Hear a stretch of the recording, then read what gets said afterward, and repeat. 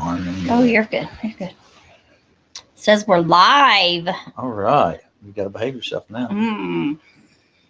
Yeah, I can't be tickling you or anything like that. Make him holler. Hello, everybody. Hi. And we're just going to hang out here for a little bit. Today's discussion is going to be... Did you say discussing? Discussion I'm teasing topic is going to be plans for 2022. We did a little bit of garden talk last week, and I sorted my seeds and got them all logged and entered in. And so this week we're going to talk a little bit about 2022 and see what all is going to come up with that. Maybe a lot, maybe not, maybe. We got somebody in here. Hello, whoever's in here. Hi. But yeah. Yeah. We're looking forward to 2022. We are. Heather, hello. Kind of thought it might be her. Her or Lori Carper DJ. Yep. That's usually who's first.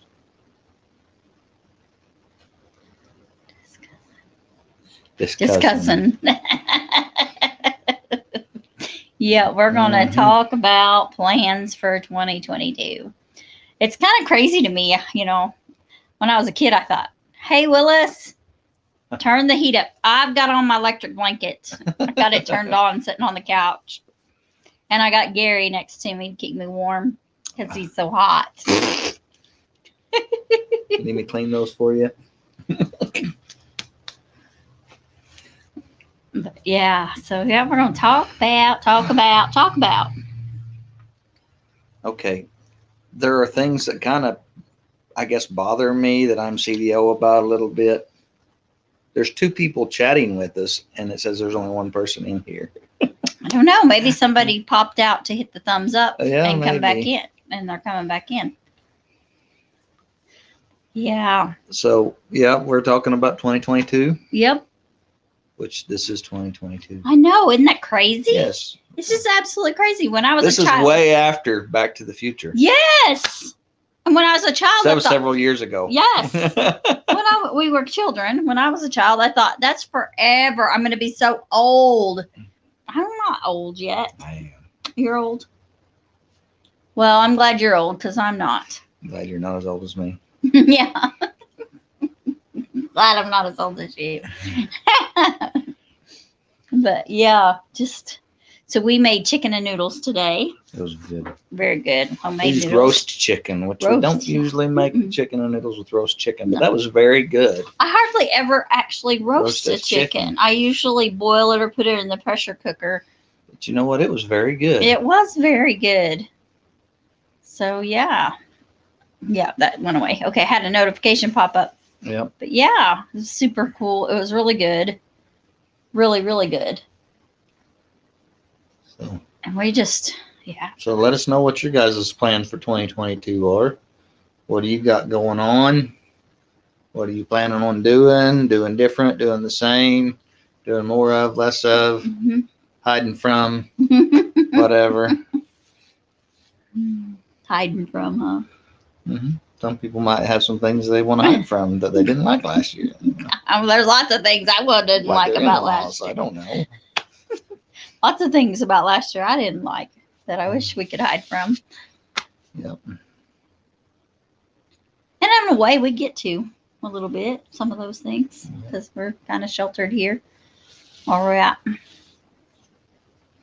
Guys, if you don't, I know that we have people on here, not right now, but people get on here that are from all over the world in different settings and stuff.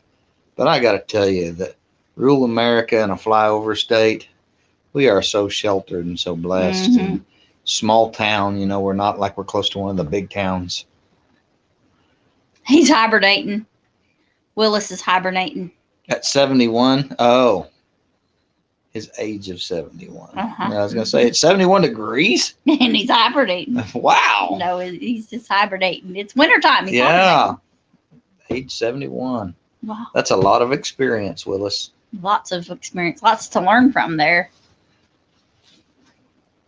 My grandpa never would tell people how old he was. He'd tell them how much experience he had. How many years of experience. How many years experience? That's what Grandpa Adkins used to say. Yeah, wow.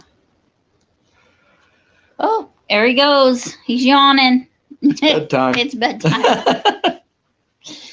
No, not much after dark is usually when we go to bed. And last night we missed it. We slept through. Evidently, there was a major crash quarter mile from our house. Just north of the house. And we knew that we heard some vehicles and stuff at one point early this morning, but we kind of didn't see much and thought, well, no big deal. Hannah gets up. Our daughter had gotten up and she said, I got up and there was police lights right outside. And I'm like, what? Yeah. And then she said, there was lots of police lights around. And so he's like, well, maybe something happened over here on the intersection by our house. When I went out hunting this morning, there wasn't no tracks, no nothing, out in the grass or anything. I don't know. Then we left earlier to go run an errand and got a quarter mile from the house, and somebody took out a utility pole. Yes. And they had it splinted and ratcheted together. We should have took video of it. It was pretty janky looking. Yeah. Some farm boys worked for the utility company and they rigged it up till they could fix it. It has like two pieces of like a I-beam, and then it has a big so come along on it. They took two pieces of I-beam and splinted where it was broken, and they run bolt through the top and bolt through the bottom, bolt through both pieces of I-beam, and then right in the middle so that it wouldn't spin out or something, they wrapped a chain come along around it and tightened it up.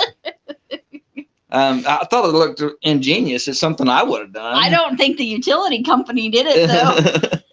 If they did, it's hilarious. If they did, it's going to be kudos to Evergy. That's our electricity providers, Evergy. But yeah, it was kind of crazy. And now we got 3 people. Yeah, we got 3. Hello. Awesome. 4. All right, 4. They're coming in. 5. They'll give me 5. I'm at 6. Oh, hey, it's Tracy. Oh, you were sneaking in here. We wasn't sure who it was. We were waiting for you to open the door. Oh. But yeah, we were just talking about the big car wreck out here last night. Have no idea what hit that, but we just figured out that must have been that one of the police officers was sitting here. It was kind of under a hill, and our corner sits on the other side of that hill, and it's a good place for him to sit with his lights going where that people would know to slow down. Yeah, or he could stop traffic if needed, and he could deal with the traffic so it didn't run up on whatever was going on over the hill. Yeah. So who knows? And that all had to happen before midnight or around midnight, because that could have been what we woke up to at 1, but I think we would have heard the sirens and stuff. Yeah, I never saw the lights. No. But there was lots of video. Could have been them cleaning up and leaving. Could have been the tow truck leaving. Well, and we were talking about there being so much traffic last night, so many cars, because we don't get that much traffic at night here. We're even though we're right on a major road for our area, we don't get that much traffic at night. Now, sometimes there'll be something going on at a neighbor's and there'll be quite a bit of traffic, but that's not that common. Graduation season, sometimes there's a few houses that it's pretty convenient to go by our house to get to. And when the graduations were going on, we'd see a few people come by. Sometimes there's a wedding out on a farm or something like that. But so plans for 2022. So I've got to cover my greenhouse. That's our next project that's got to get done pretty quick. Hello, Beth. Oh, your daughter's coming to visit. Awesome. That'll be fun. How is your turning out? Is your rooster turning out good, Beth? I took Beth a rooster, and we met up north of here. It was about halfway point for both of us. Can you say rooster on here? I can say roaster. Oh, okay. Oh my goodness, he's getting so particular. I'm just joking. I know. I'm just joking because there's other things that You I can't say. say. You can't say pew that. pews, and you can't say Like a skunk pew. Yeah, and you can't say stuff about Hey, Barb. illnesses. Hi, Barb. A certain illness. A certain illness. A certain illness. You know, the 19. You can't say anything about the 19. And so. You mean being hungover? Yeah. Oh, that's an illness that happens to 19-year-olds a lot. Wow. Oh man. So yeah, we've got the greenhouse to recover. I still have not started my sweet potatoes. I need to get those started. I got them in a bucket here. I need to get them started in the jars and get them rooting so that they will put on some sprouts for me. I'm just realizing what all my shoulders have pinned back here, and I'm kind of trying to get it to where I don't accidentally move and yank something down. Yeah, that thing's going to come down at some point because there's a Maasai spear hanging above our heads, and I would hate to accidentally knock that down. Yeah. Luke brought us a Maasai spear back from Africa on one of his trips. Can we say spear? Yes. Okay. We can say spear. I'm just joking. I know. Okay. I'm going to tease you. They just don't like you to say pew-pews or show pew-pews. But yeah, no and pew-pews. We're hoping to get baby pigs again this year. Yeah, we went and can we talk about that? We can talk about that. Secret, we can talk about super that. Secret it's squirrel not stuff. super secret squirrel stuff. Okay. We went and got a boar today. Mm-hmm. It is not Bob. Unfortunately, Bob is getting retired. Mister. He's fitting in and doing his job. Yay! Good. Good. All right, good job. Hi, Barb. I think I said hi, but I'm going to make sure. Yep. So we're going to cover the greenhouse. I've got to get a new milk heater for the greenhouse. And I can remember a time, Beth, when we lived at a little farm in Oklahoma, and I was doing a lot of business on the phone. It was before texting was a thing. I had a cell phone, I think maybe, but didn't use it a lot. We just kind of quick calls and then wait till you get home and return those calls on the landline. And our landline and stuff didn't work great, but I could go sit on the back porch, and it worked really good. We had one of those carry around, and it just seemed to work just right on the back porch. So I would, and it was away from the kids, and I would go sit on the back porch and try to do some business on the back porch. And about every time I was talking to somebody, they'd say, "Do you live on a farm?" Because the roosters would be crowing and all kinds of stuff. And I never paid attention to it, but I guess, yeah, there is a rooster crowing. Hi, Donnie and Jennifer. Welcome. We talked about y'all today. Yeah, we went out to this raised bed, and so tomorrow I've got to pull onions. Yeah, we were talking about sending you some onions, Egyptian walking onions. Yeah, so I got to get them pulled, and I'll trim them up. That should not hurt them at all. I'll wrap them in a wet towel and some newspaper and get them ready to ship out to you. And hopefully I can get them out in the mail tomorrow afternoon.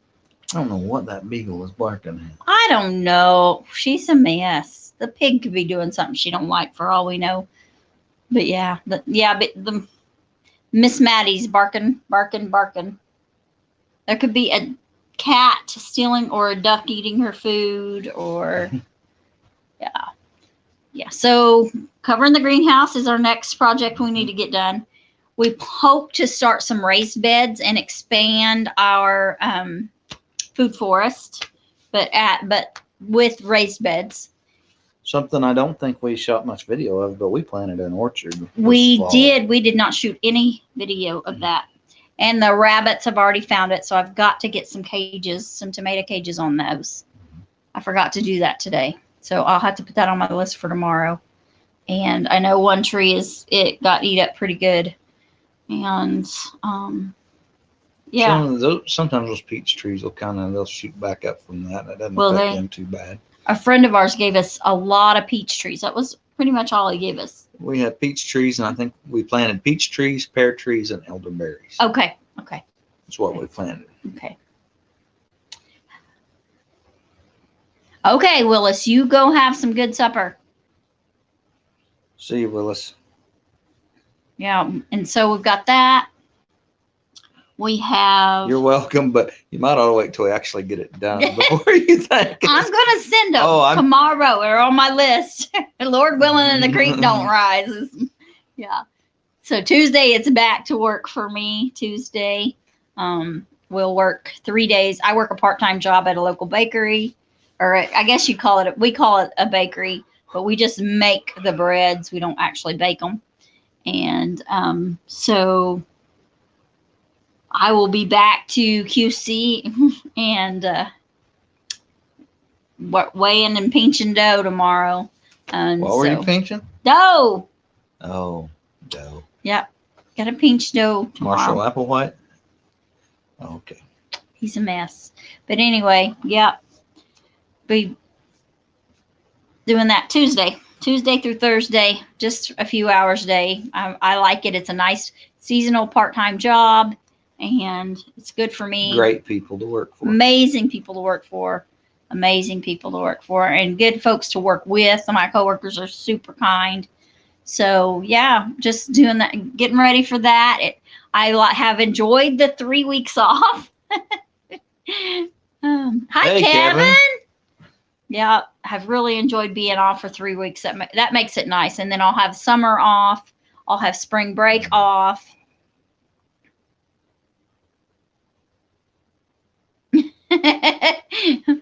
Appreciate the kindness of your willingness to do it, whether it happens or not. It'll happen. I just may be slow about it.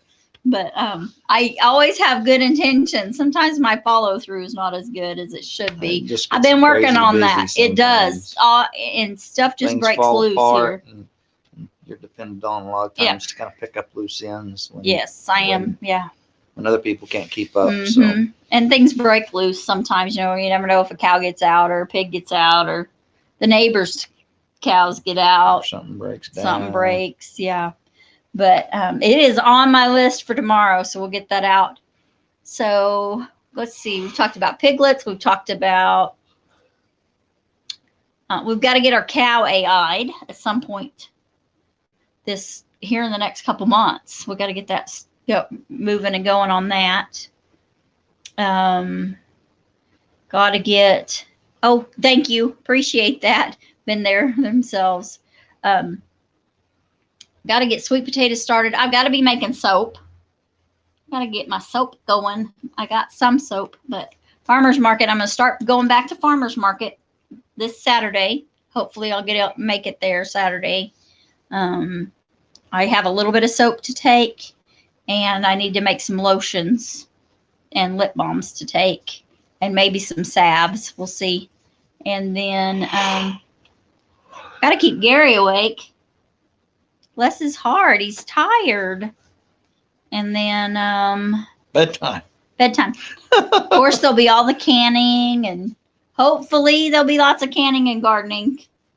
Gardening should start soon. I need to move Freedom. We've got her in the big garden right now, trying to eat some of it down. Need to put a pig in there. I really need to put a pig in there. She's done a lot of pooping in there. That's she has. I need to get Spotty in there. Even if it's just part of it at once, and then move her and put her in the other part. I have enough panels to do almost half the garden. I think I need to work on that and get Freedom put somewhere else. Move Freedom first and then get Spotty in there. And it's too bad Spotty isn't trained to electric, which I guess I could work on that, get her trained to electric and put her in there. But hello, Mr. Charles. So cover the greenhouse. Piglets. Getting the cow AI'd, raised beds, and okay. You got somebody here? I don't know, but I'm hearing other things besides dogs barking, so okay. I better go look. I think it's probably the cats, but thumping around on the porch. But he's gonna go check and see if we have company or a pig out. Hopefully we don't have a pig out. Let's see.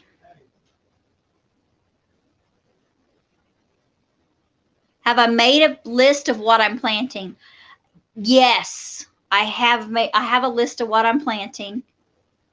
Oh gosh, it is extremely long. I've got to redo some of my herb bed. So the spray did kill some of my herbs. So I have to restart my oregano, and I have mint, spearmint. I need to get peppermint to replace it. Oh, there's a spotted pig running around out here. Oh, Spotty's out. Well, I guess I try to put her in with the other pigs. Yeah, just try to see if you can take her over there. I wonder how she got out. I don't know. Oh well. So we got a pig out. You guys want to go along for a pig out? I think you'll be fine getting some feed. She'll follow right along. We fed her just a little bit ago. I didn't notice the fence being where she could get out, but he needs to move her over so that she's with Red Bob and Little Mama. So what a perfect opportunity to move her over there. I'll list. Yes, back to my list. So I should be starting peppers really soon. Eggplants for sure. Eggplants take a long, long time, and we don't have a very long growing season for eggplants. So I'll be starting them first, and then I'll start my pepper plants because I like them to be pretty big whenever I plant them. And then I'll start my tomato plants and my cabbages somewhere along in there. I like to put my cabbages out in March, and I can use my frost blankets on them. So they'll be starting soon. I will start them around the 1st of February. And maybe some cauliflower. We'll try cauliflower. We've not had a lot of luck with broccoli and cauliflower. But yeah, there'll be a lot.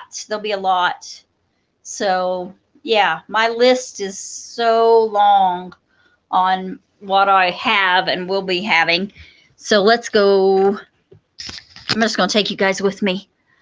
Don't worry about my messy house, and I'll grab my list of things. And this is just some of what I think I will be planting.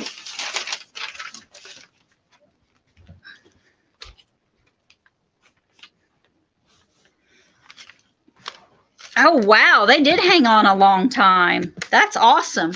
Yeah, we did get eggplant. I had bought several plants after we got sprayed, and we put them in a lick tub or a mineral tub. It depends on what you call them where you're at. Sorry, guys. Oh. Anyway, there we go. So I have my list completed, and I have what we have and what seeds I have, and then I also have a list of what I need. And so I have to order some seed, and I'm going to get that done. I have a gift card to do that with. Okay, so cucumbers. I plant 4 varieties of cucumbers. I plant straight 8, muncher, pickle bush, and Boston pickling. That's what I'm going to plant this year. Squash. I have the straight neck yellow squash, my gray zucchini, sweet fall, which is a really neat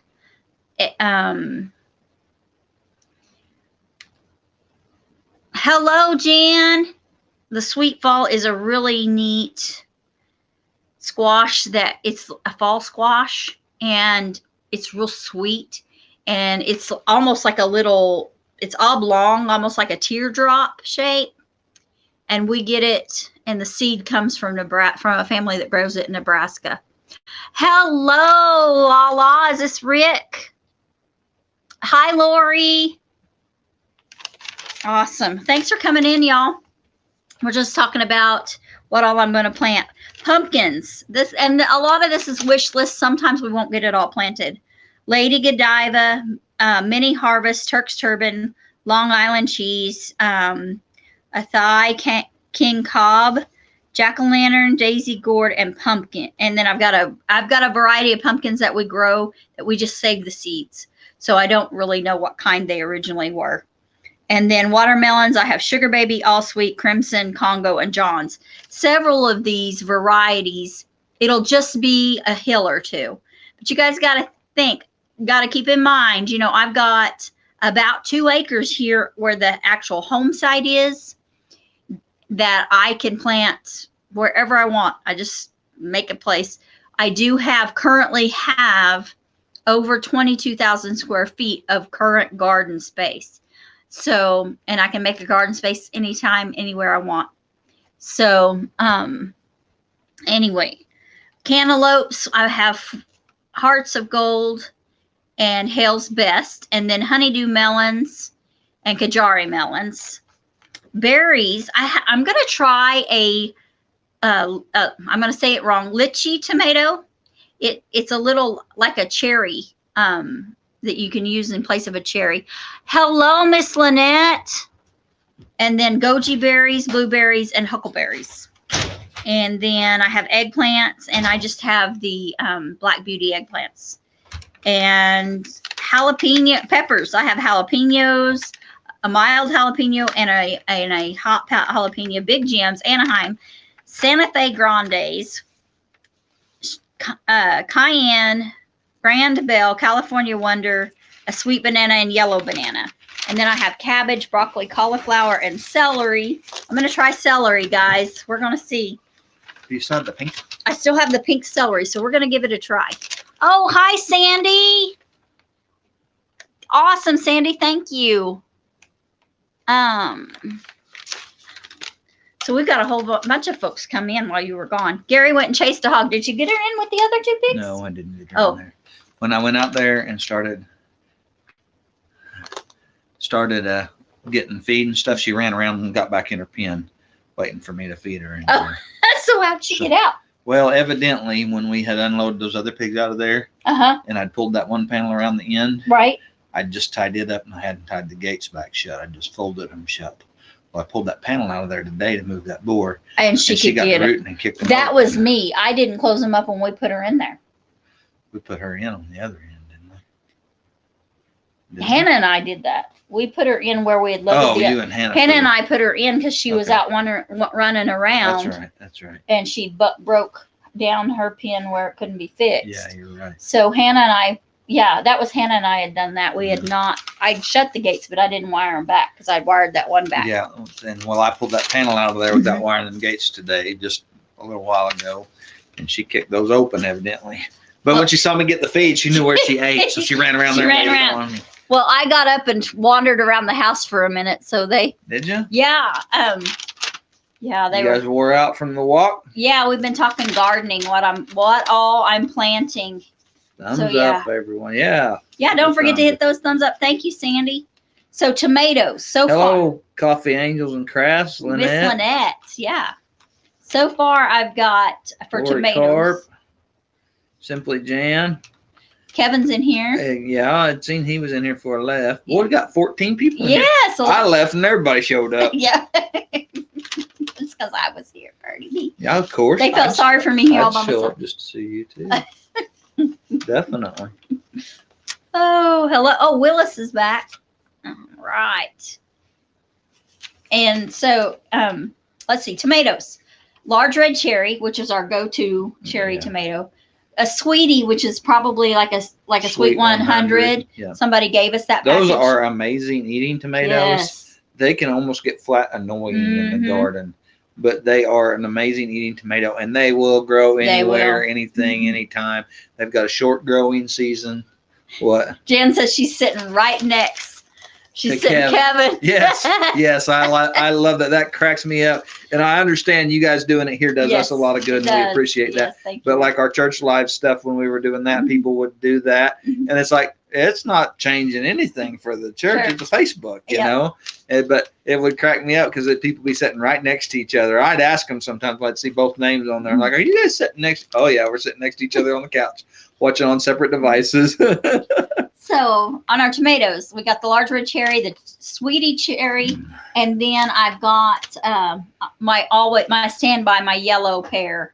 We really like those yellow pear. They sell really, really good at the farmers market. They're good to eat. Great. They're very good to eat. If you put some large red cherries and some those yellow pears and some of those little sweet 100s all in a little container, they are an amazing variety of tomatoes.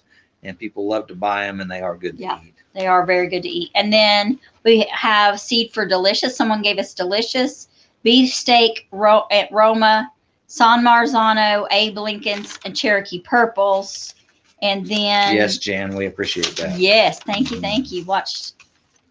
Yeah, watch time, baby. And then so I have to order my Amish paste and my Jubilees and my yellow pear, and also the pink brandy wines. Those are the ones we really like. We plant a lot of tomatoes, lots and lots. And for our spring garden, we'll have lettuces, and I will do a lettuce mix.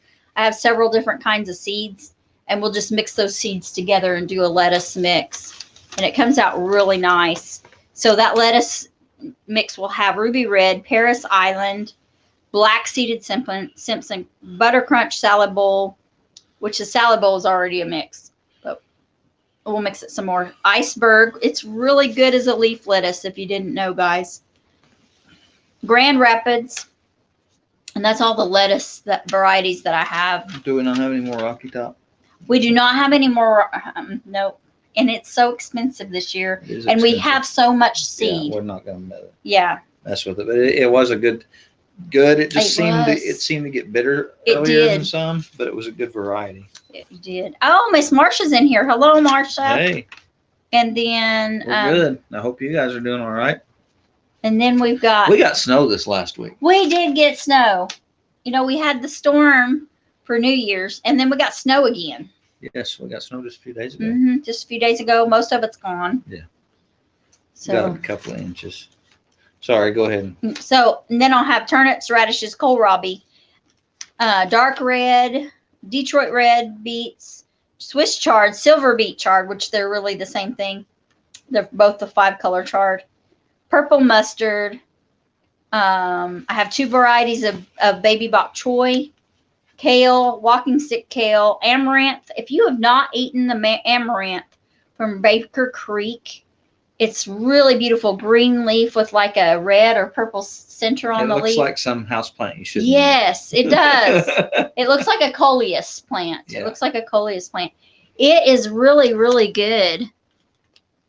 Hi, Roy. Roy with Roy's Homestead Bees. Hey, I did something today that I probably shouldn't have done, but I did it anyways. I do a lot of those things. They like the Rocky Top lettuce too. Yeah. For Donnie and Jennifer. Kansas. And of course, you cannot be a good Southerner without collards. So yes. We love collard greens. They also make an amazing animal feed. The animals absolutely love them. The chickens will just eat them up.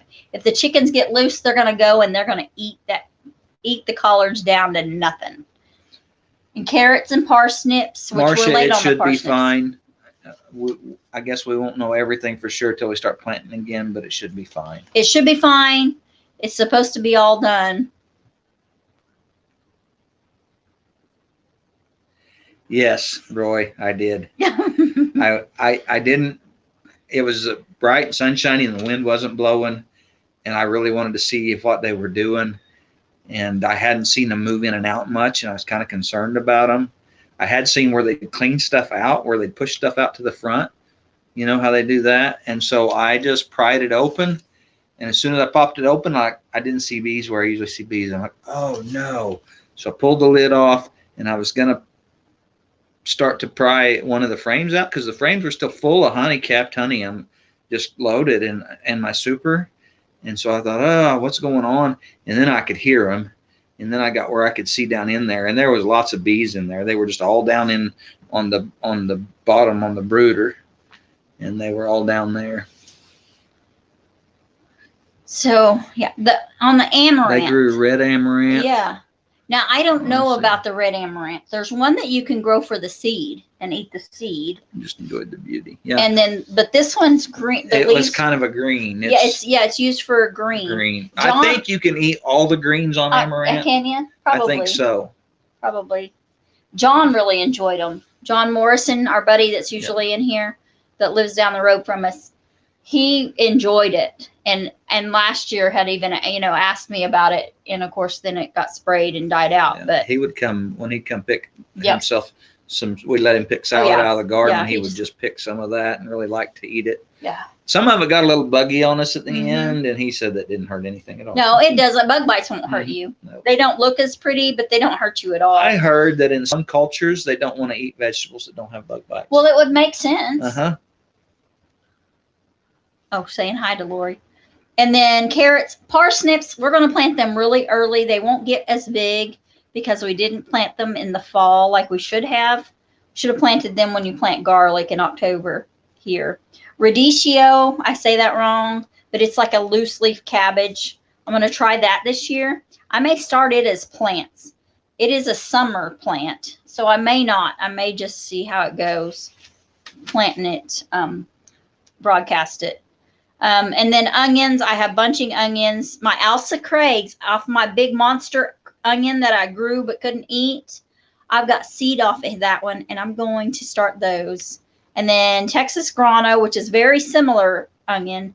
And then peas, I'll have my sugar snap peas and my Wando peas. The sugar snaps, of course, will be the little that eat the pods.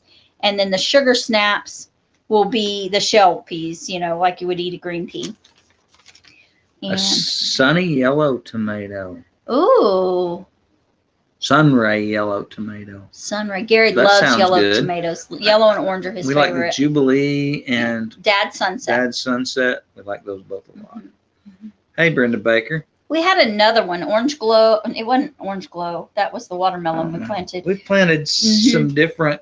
They weren't our favorite. We've planted some orange tomatoes that we really loved and never could remember the name of them. But yeah, I don't remember what else we planted that was. Hi, Brenda. And there's La La Farm. Yeah, Rick's in here. He's been in here for a little while. He All come right. in while you were gone chasing a hog. Oh, We yeah. should have took the camera and went and chased a hog, but he didn't It have wasn't to much chase her. chasing.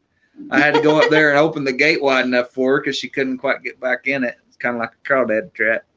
Have we tried hillbilly tomatoes? No. I've seen those, and I've heard them, and I think somebody suggested them to us in here before. Have they? But we have never planted those. I don't know that we have any seeds for those. We don't have any seeds for those.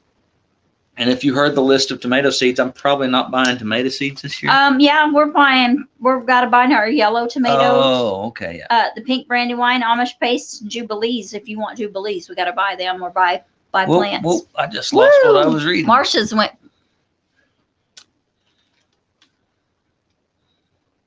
Oh, man. Whoa. Wow, Marsha, that's a lot. Yep. Glad you could help somebody. Good job, Roy. Sometimes I do that too. Just say a broad hello. They're good. Sandy, I'm going to write those down because those might be a good one to try. My favorite slicing tomato. There's a little bit of. I like the brandywines. Well, we like the Jubilees. Jubilees The Jubilee is our probably the absolute favorite. We like orange and Yeah. orange tomatoes or the dark yellow tomatoes. Yeah. We are yellow tomato people. Some people don't like yellow and orange tomatoes. My dad doesn't like them at all. Can't believe anybody bothered to grow them. No. But we like them, and so that's what we grow. Yeah. Jubilees are our favorite. Yeah. Probably. Jubilees, and then pink brandywines and Cherokee purples and the beefsteaks. Yeah. Oh my goodness, Mr. Charles just had a can of biscuits explode in the fridge. So I'm taking it they were the Wop biscuits, the one you peel and then whop them on the countertop. Yep. And they come open. Wop biscuits. Oh man. Oh, that'd be awesome, Sandy. I would love that. Sandy, I'm wondering what if they'll do good in our conditions. Kansas's conditions are a little bit weird, and some tomatoes do really good in our conditions. We will have some really wet, cool times in a tomato season, and we will have some really hot, dry times in a tomato season. Yeah. Technically, we're considered an arid climate. Yeah, but there are times where we are not. Yeah. So it's kind of a back and forth. It Some is. tomatoes do good in that, some don't. We get our rains we get a whole bunch of rain in April and May, and then it'll just shut off, and we won't hardly get any rain till September, and it'll rain great guns in September and October. It didn't do that this year. We were dry all the way up. All right, let's see what Rick says. We were outside chasing hogs as well about an hour ago.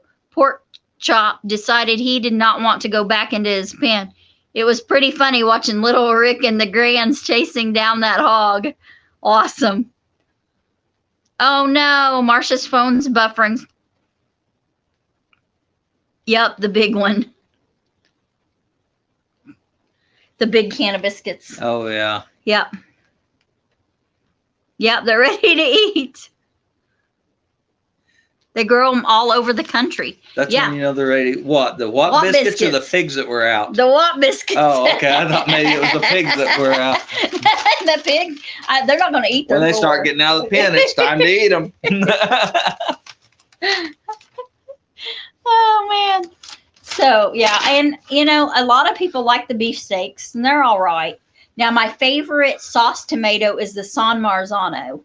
That's my absolute favorite. I do like the Amish paste because they're so big and they're so prolific. And they're meaty. Oh, they're meaty. They're good. Their flavor is not the same as the San Marzano, but they do great. Hey, Chuck and Belinda. Chuck, how's your mama doing? So, yeah. Okay. I don't remember. Again, I could swear that vehicle pulled in. Uh-oh. And then beans, guys. I go crazy with beans, too. Kentucky Wonder Pole bean top crop bush is my favorite for here. When we lived out west, in the house out west, Contender was my favorite. But it doesn't grow well here. Yeah, because you whop them on the counter. That must be an Okie poor people thing. Because everybody I knew called them whop biscuits. You peel them and you whop them on the edge of the countertop. Whop them and they bust open. Yeah, we had a buddy that took it wrong. Well, we didn't even, you know, but yeah, he just he took it wrong. We had no clue. Can I tell the story? No. Okay. But we had no clue what he was even talking about because we didn't. That is not on our radar. Yeah. She's doing some better. Good. It's Arkies call them whop biscuits too. Okay. Canned biscuits, yeah. Yeah, they're whop biscuits. You whop them on the counter to open them. And you got whop biscuits. You got whop rolls because the crescent rolls are whop rolls. And then you got whop cinnamon rolls. Yeah, and I remember when our kids were little, our special treat we would do on Sunday mornings, they weren't cinnamon rolls, they were orange rolls. Yeah, orange rolls, yep. We would get a can of cheap orange rolls and make them for breakfast on Sunday mornings, and we liked those. Oh, with Belinda and Chuck. Yeah. Yeah, I know we say funny things, don't we, Rick? You got walking onions from our friend. Good, Marcia. Awesome. Those are my absolute favorite onions. What, blackberry rock or whatever, blackberry pack. What did they say? They're saying hi to everybody. Oh, okay. Hi, well, Blackberry Rock. Blackberry Rock. Yeah, Blackberry Rock. That's so. We're talking about whop biscuits and whop donuts. Are there whop donuts? You just cut them into donuts. Well, I know you can just take a whop biscuit and throw it in about 2 inches of hot grease. Yes, camping. And then pull them out and cover them in powdered sugar and cinnamon. They're good. Oh, yes. Don't forget. Thank you. Godfest is going on tonight. I've been having to watch the reruns. I've not been catching stuff. Just not having time. My favorite tomato to grow. Well, the Jubilee. The Jubilee is my favorite, and San Marzano. If I had to pick two, those would be my two that I absolutely picked. I probably slicing tomato. I would throw the yellow pear. Yeah, she wants slicing tomatoes. Slicing tomato. Our favorite slicing tomato is the Jubilee, and then it would have to be the pink Brandywine, the Cherokee purple. They say frost them, then, or fry them, then frost them. Yeah, whop donuts. Yeah.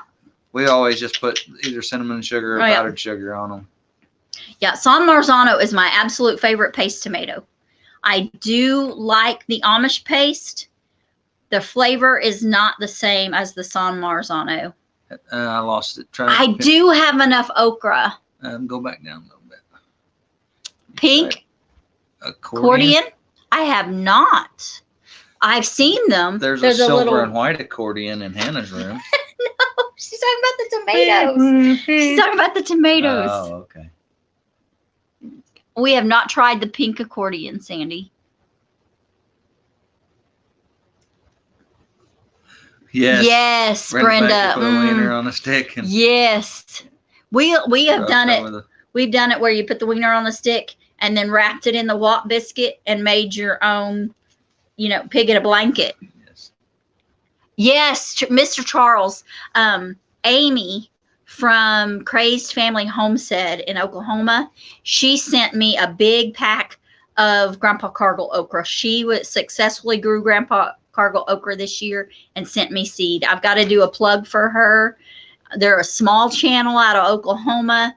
She is such a sweet girl. Again? Crazed Family Homestead. Y'all go check them out. Go check her out. She is the sweetest, dearest thing. Guys, I don't know if you know that our okra situation was very tragic this year. Yeah. We raise our own variety of okra that came from my grandfather. And he got us started in that when we were first gardening. Yeah. And we have kept it year after year after year. We've been doing it 20 some odd years. Yeah. And got it from him. This will be our 26th year to plant it. And I did not realize that I'm the only one in the family that's kept up with his okra. And my little brother's like, I got to get some from you. So we'll have to share a little bit with him. But anyhow, we've done that. And this year we gave some away in the seed swap. And then we planted our garden. And a lot of it didn't germinate. And some of it rounded out when it first germinated. So we replanted and planted all the seed we had. Yeah. And then it came up and it got sprayed and got killed. Yeah. It was tragic. There was no Grandpa Cargill okra seed left. And I put out a crying plea. Yeah, and we know that Robertson's Belly Acres had gotten some out of the seed. And theirs had drowned as well because they got heavy rains. Too. And so we just knew that it was over. But Amy contacted me and said, I'm growing it. I'll let some go to seed. Yeah, she'd gotten some from the seed swap. Yep. And there was another Healthy Homestead chick had saved a little of the seed from the seed swap. She had then used it all. Yep. And so she sent back some too. And so thanks to Shelly. Thanks to Crazed Family Homestead and Healthy Homestead chick, we will have Grandpa Cargill okra. We're so excited. We can continue. We're so excited. So between the two, we have enough to plant this year and have some saved back. Lightning shook the house. Yeah. Wow. Woo, Chuck. That's scary. I hope your surge protector is working. Yellow tomatoes do have the least acidity. Yes, Marsha, you're correct. Thank you, Sandy. Cool. Yes, we love pigs in a blanket. We're a little bit that like our junk food. If we're gonna junk food out, that's one of the things. Them are little smokies with make pigs in blankets out of them. Growing up, a lot of times it was the Eckridge smoked sausage, and we just chunk it up and then wrap it in that wok. The Polish sausages are good too. Yes. You get those cheese Polish sausages. The jalapeno cheddar sausages are pretty awesome that way too. Yes, Jan, we love Amy too. She's so sweet. Charles said he remembered us talking about it. Yeah. Oh, Rick put up a link. Thank you, Rick. Thank you. Thank you.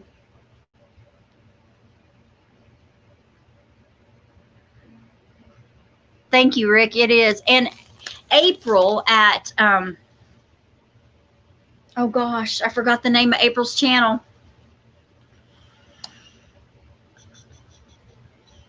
Oh, well, I'll have to think of it later. April, if you're on here, say, this is my channel. April promised to send me some of her family's okra if we couldn't get ours back. Now, is that not sweet? That's great. That was awesome. Yeah,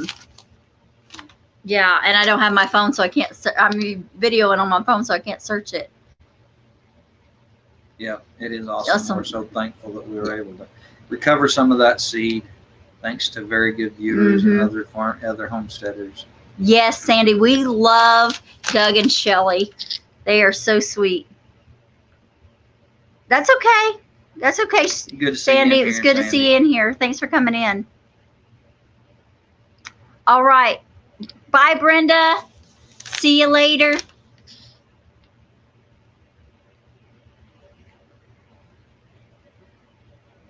You don't like the hot biscuits, Marcia?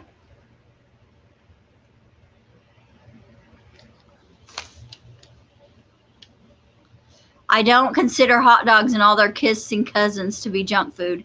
They are one of my favorites. My family think I'm weird for my love of hot dogs. I got to tell you something about me, Rick. We eat good food. Yes. We eat grass-fed, grain-finished beef, like top-quality beef that you can't buy that kind in a lot of restaurants. We eat top-quality heritage pork.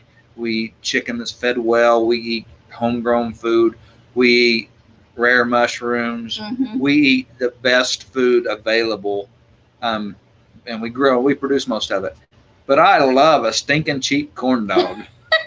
His favorite is when Sonic runs the 50-cent special. Yeah, a Sonic corn dog. I'm just crazy about those things, which is so weird after all the good food I eat, and then I like a Sonic corn dog. Yes, they can hurt your fingers if you don't hold them right. Yeah, Marcia, that's all right. That's why you whop them on the counter. Yeah, whop them on the counter. Whop them on the counter. But yeah, we both, like, I had to recently have some blood work done, and they were very shocked that I don't have any of the fat people diseases, is what the doctor told me. So we have this strange phenomena. We both have abnormally low blood pressure. Yes, I remember the Chicago style dog. I like that. Yeah. That was the one with onions and sauerkraut. Oh, yeah. Yeah, I like that. That was his favorite. And so we both have abnormally low blood pressure. Our heart rate is that of an athlete, is what I was told. I was told about my heart rate is that of an athlete. That's Homestead. Yeah, that's homesteading. Gym, the Homestead gym. Homestead gym. My A1C was the best it has ever been. It was 4.5. The highest it's ever been previous was 3.5, because I have fought hypoglycemia most of my life. Hello, down under Farm and Forge. Hey. Hi, Brian. Our buddy Brian's in here too. Yay. Brian, yeah. Brian, right. I've got to get caught up on your videos on the cabin. So I'm so excited about when that. the Australians say good day, we're supposed to say howdy, right? We're supposed to say howdy. Howdy. Howdy.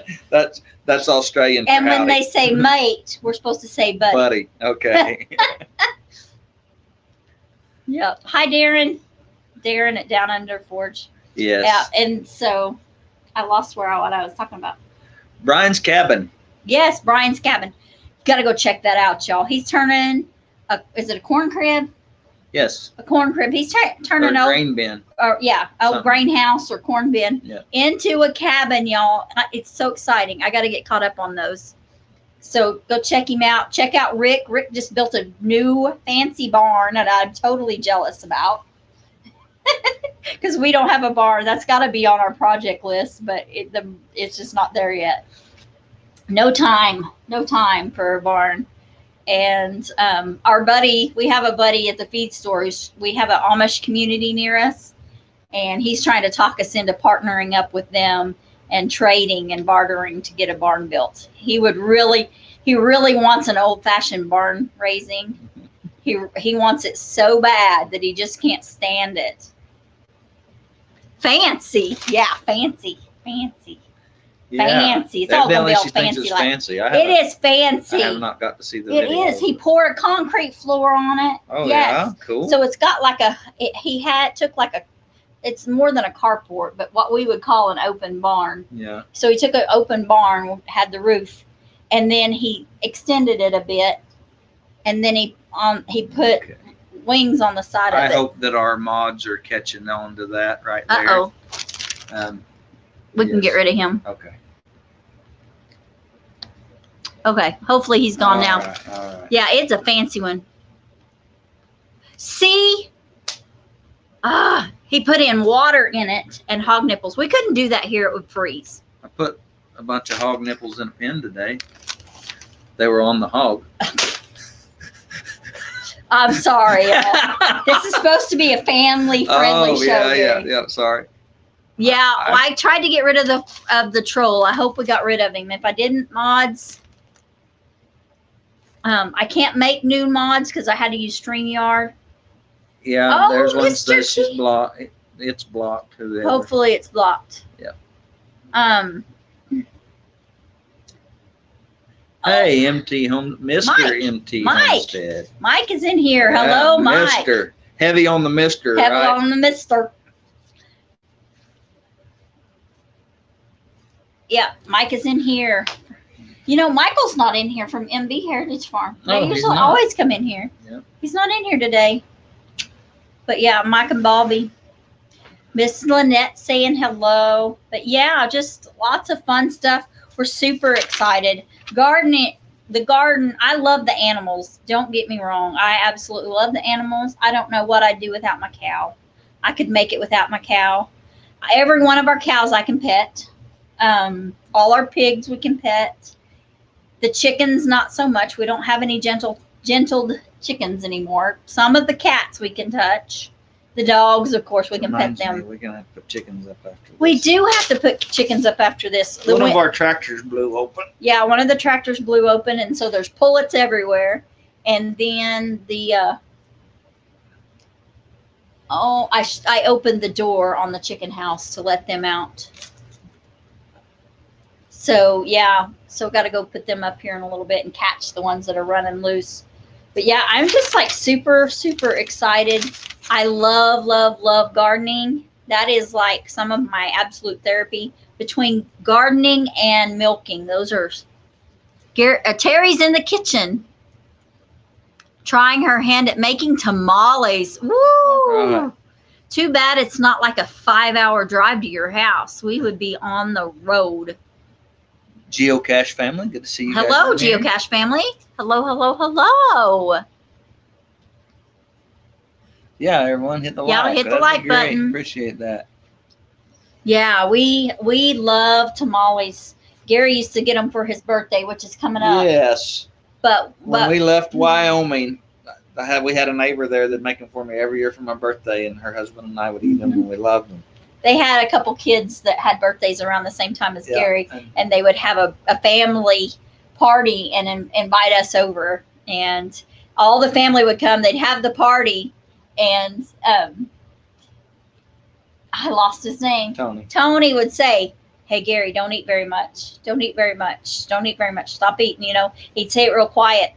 And then when the family would leave, he would pop them out where he had them hidden, and there they would be, and they would eat tamales. In the kitchen and eat tamales.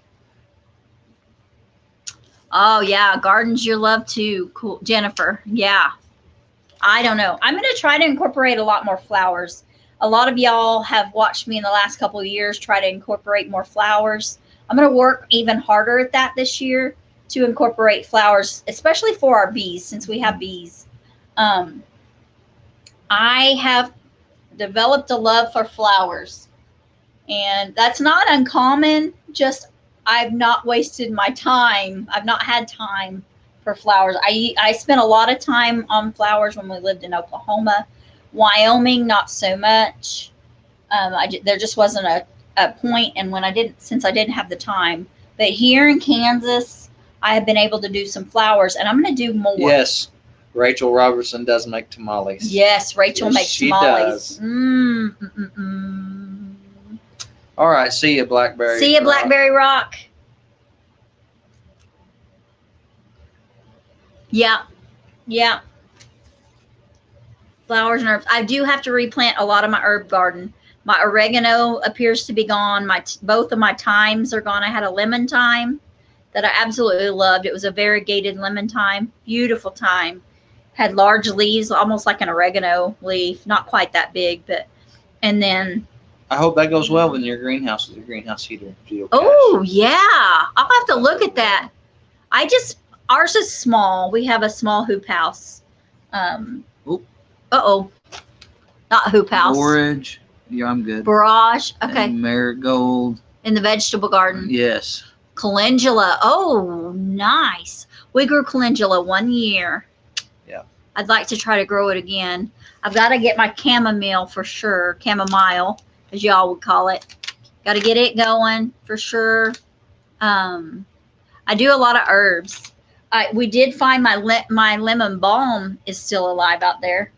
And, but my oregano was dead. My mint was not looking too happy. And both of my thyme plants were gone. And my sage was doing fabulous. Sage was looking amazing. Chives were looking good. Onions and garlic were doing good. We got to do something here in a minute that we started on our last live. Oh, what was that? So all you married couples that are sitting next to each other watching this on separate phones. Oh, no. It's about time for the kiss cam. Oh, my goodness. But, yeah, so I'm going to try to incorporate more flowers. I added zinnias last year. The year before, I had zinnias and bachelor buttons and marigolds. And I had... How do you keep the mice out? So, Char, there is not a real well done video, but there is a video on my mouse trap. I make a mouse trap that is super, super effective, resets itself. The video, we just kind of rushed it out. I don't remember what all we had going on, and we needed to get that video out. Isaac had requested it. Your nephew Isaac. Yeah. But there's a couple of ways to do it. The best way to do it is to take a soup can and cut both ends out of it. Take a 5-gallon bucket or a lick tub and cut a dowel rod or a broom handle the length of the opening of the bucket. Slide the soup can that's got both ends out of it over that, and then set it right inside the bucket and run a screw through both ends. Then you lay a board on each end of the dowel rod, or each end where the broom handle or dowel rod is, as kind of a ramp down to the ground. You put peanut butter around the soup can, and then you put 3 or 4 inches of water in the bottom of the bucket or the lick tub, and the mice run out on that dowel rod to try to get at that peanut butter. When they step on that soup can, it rolls and drops them in the water. You can use a pop can as well. Yeah, another way to do it is to heat up a piece of clothes hanger or baling wire and run it through a pop bottle and tie it off. But the dowel rod works better. Your dog's a great mouser. She's just not out there enough time. Yeah. We're doing pretty good with mice right now. The cats are doing a great job with mice. So my mouse trap, if you can get that built, we have a video on the one with the pop bottle and the wire, and it is simple to build. It's simple. And it is super effective because it resets. And if you've got 30 mice in there, you could catch all 30 mice in the night. You just want to make sure you have more than 3 or 4 inches of water. You got to have about 6 or 10 inches of water for that many mice. Many mice. We used it in the grain bin. Yes. And we could not keep up with the mice. There would be tons of mice in that thing. There were so many mice out on the farm, on the feedlot when we lived on the feedlot lot out west of here, 13 miles west of here. There were so many mice. We could not keep up with them. The cats couldn't either. Wow. 18 folks in here. The video on that trap one of these days. We probably should, and you could do both versions of it. Do the bucket with a dowel rod or a broom handle. And the soup can works good. If you don't have a soup can, the roll, if it's going to be inside, the roll on the toilet paper, the cardboard roll, you can slide it over the broom handle. That works good too. It doesn't last as long, so you have to replace it occasionally, more often. But it's just great. We do the best we can with what we got and try not to spend money. We're a little bit cheap. I come up with that years ago, helping a cousin with his feed store. Yeah. And he had trouble with mice horribly in the feed store, and the cats couldn't keep up. Yep. Oh, she doesn't want them coming in any at all. Well, I guess the best thing is to get. Go ahead. So you can set those outside. They will work outside. Don't use cardboard, but Right. they will work outside if you use metal. Yeah. Or you could get a whole bunch of cats. But yeah. A big piece of pipe, PVC pipe. Yeah, that works too. That'll work too. A piece of PVC pipe. Yeah, I built one in a shop I was working at where I put a piece of 2-inch over a piece of 3/4 inch and baited it, and it worked really good. Wow. Well, for us, it hasn't. It's you put it out one night. Rick says that how long do you have to put the bucket out there, the trap out there before they went all the way out? I've found that it takes 10 days. A lot of times, Rick. Yeah. I peanut butter the all the way around my whatever my roller is. Yeah. I peanut butter all the way around it. I make sure I've got ramps to it. I'm using broom handle, so 3/4, 5/8, 3/4 or bigger dowel rod. I'm not using a little old piece of 1/4 inch dowel rod. They have to be pretty desperate to go out on the wire. Yeah, the wire doesn't work as well, Right. but it will work. It's probably more likely it takes some time to get brave enough. Yeah. So yeah, he did the video is one with the wire, I believe.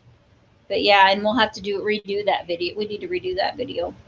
But yeah, that video is the wire one, and it's not the best one. And it's probably getting close to 2 years old, Rick. Yes. It's way down in there. It's gonna be like within the first 100, and so you're gonna have to go through about 500 videos to find it.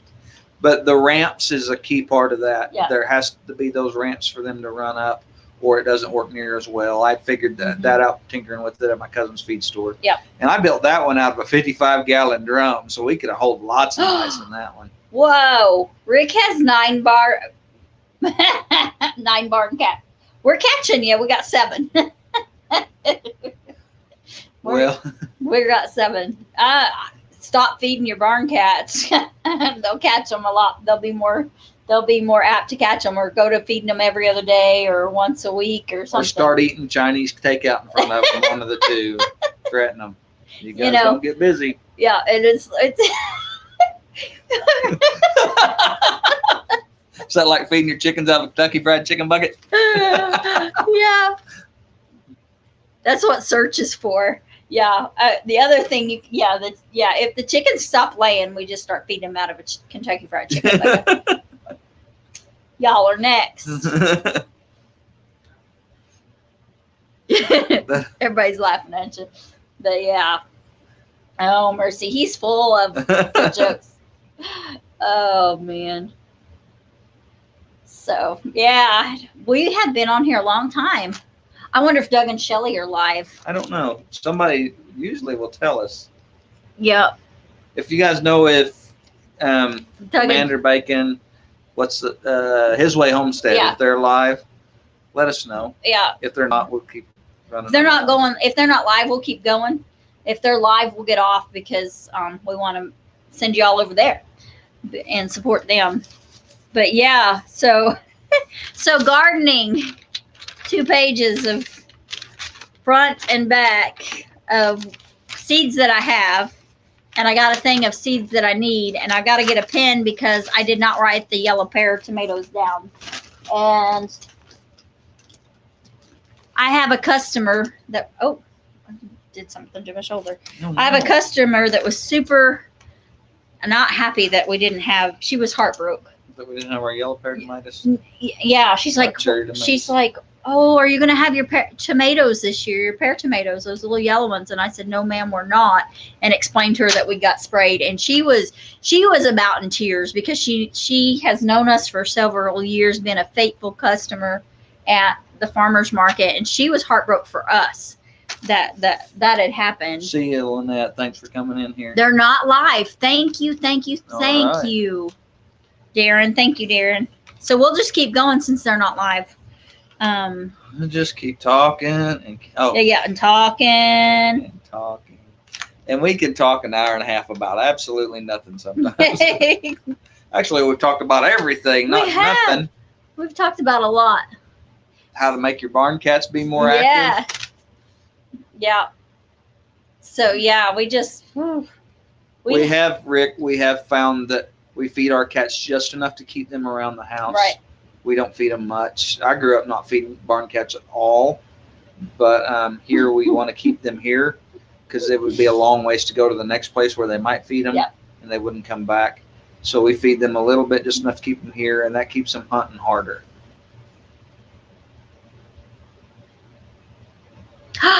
Oh, you're going to grow for your best friend's wedding? That is exciting. That's awesome. So, yeah, we just, we're cheap. We're cheap. And they just, I did at one time. We had a cat that I was a little worried about some of her health issues, and I bought cat food to deal with the cat urinary tract stuff. Yeah. But I bought some cat food. But for the most part anymore, that cat's not around. I don't have any struggle with anything. So they just get a little dog food. Yeah, a little bit of dog food. And they love it. They do. And the ducks eat it. They have to fight the ducks. They have to fight the ducks for it. They're scared of the chickens. They're not scared of the ducks yet. But yeah, so yeah, I've got to get rid of ducks. I have too many drakes, so I've got to get rid of some ducks. But I'll have to put them on marketplace. Prep for eternity. Yes, they do sometimes get in our garden. Yes, especially when the soil's freshly turned before we get it mulched heavy. I try to scoop it out whenever I see it. The best we know to do is to remove it and put it in a pile somewhere else, and that kind of discourages it some. Then you have people that come in late and start a new conversation. Hey, we're okay with that. Yep, we're all good with that. Very all right with that. Yeah, we love to chat. One of our favorite things about our YouTube channel is we love teaching the things we have learned. We love sharing those with you guys. So ask questions, tell us things. We love to talk about that stuff. Rick says that their cats are 2 generations from the original 4 cats. Then they got them all fixed. 1 scoop once a day for all of them is all they get. That sounds good to me, Rick. Sounds real good to me. Ours get a few handfuls thrown up on the rabbit cages in the hog house, and they're good to go. And they got to fight the ducks for it. I do throw some on the ground for the ducks, but we've only got a few. Only our Muscovies will get up on top of the stuff. Our Pekings and our Mallard, they won't jump up on everything. They just kind of run around the ground, make a lot of noise. Yeah, and they are loud. Those Pekings are about as loud as ducks as we've got. Well, and I don't know. I said we need to get rid of them. We could eat those Pekings. Yeah, we could. We could eat them.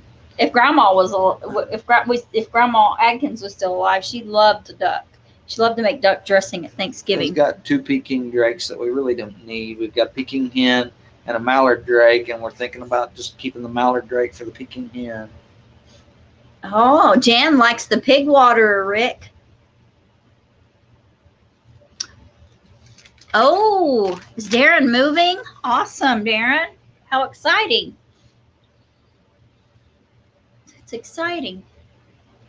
We just have been hanging around, piddling. I've been piddling. I am looking forward to getting back on schedule. I am not doing well with free time. I am not being very productive with my free time at all. I'm getting videos out. Gary's been helping me. We've been getting videos out more than usual. And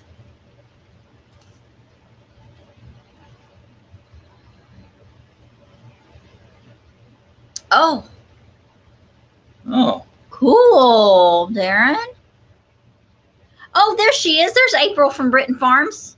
There's April. Hi, April. I was just telling everybody that you had promised me to give me seed from your family's okra seed if I couldn't get Grandpa Cargill okra. And Amy with Crazed Family Homestead sent me a nice batch of seed that she grew this year. So we have Grandpa Cargill's okra. So thank you so much for your very, very kind and generous offer to send us seed from your family stock of okra.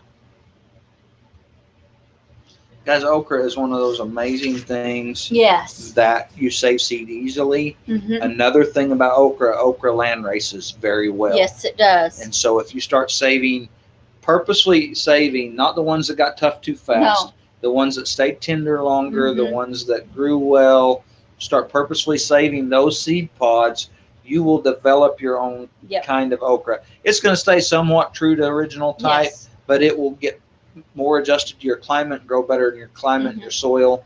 And okra is an amazing plant that does really well in all kinds of soils, and it land races super easy.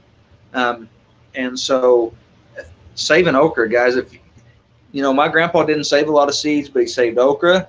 He saved spaghetti squash. He saved cowpeas. Yep. And cantaloupe. Cantaloupe. And that's all he saved seed for. Everything else, he'd go buy seed every year because he liked hybrids, because they produced well in his garden, and he was all about producing. It wasn't about nostalgia for him. It was about producing. And we like both. and so, yeah, but those are things that we had picked up from him, that those keep well. But okra, if you guys don't save your own okra seed, it land races so easily, and it's so easy to save. Yeah. It does grow really good in the hot weather. It does. We were able to raise a dwarfed okra when we lived in Wyoming and get okra. Lots of people were just baffled at the garden that we were able to produce. We had another little lady in town that she grew a garden, and she was so good to help me to learn to garden in Wyoming in that alkaline soil with such a short growing season. After being a southerner and being able to grow pretty much, you know, most of what I wanted or was familiar with, she really helped me out a lot. Miss Judy was her name. Yes, one pod does make a lot of seeds. Yes. And usually when we save seed, we don't save one pod. We'll save a half gallon of seed. Yeah. But I had it whenever we started giving away seed for the traveling seed box, the share the pack seed box. I started out with almost a 1 gallon ice cream bucket full of seed. And I just divvied it out into little packages and sent it. And we plant a bunch of okra seed when we plant okra. Hates the slime. Well, I can it, and then I use it in soups a lot to thicken soups in the wintertime.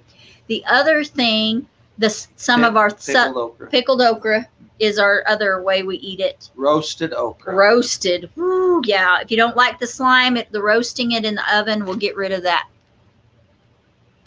Wow. Cool. Charles had okra that had close to 100 seeds in each pod.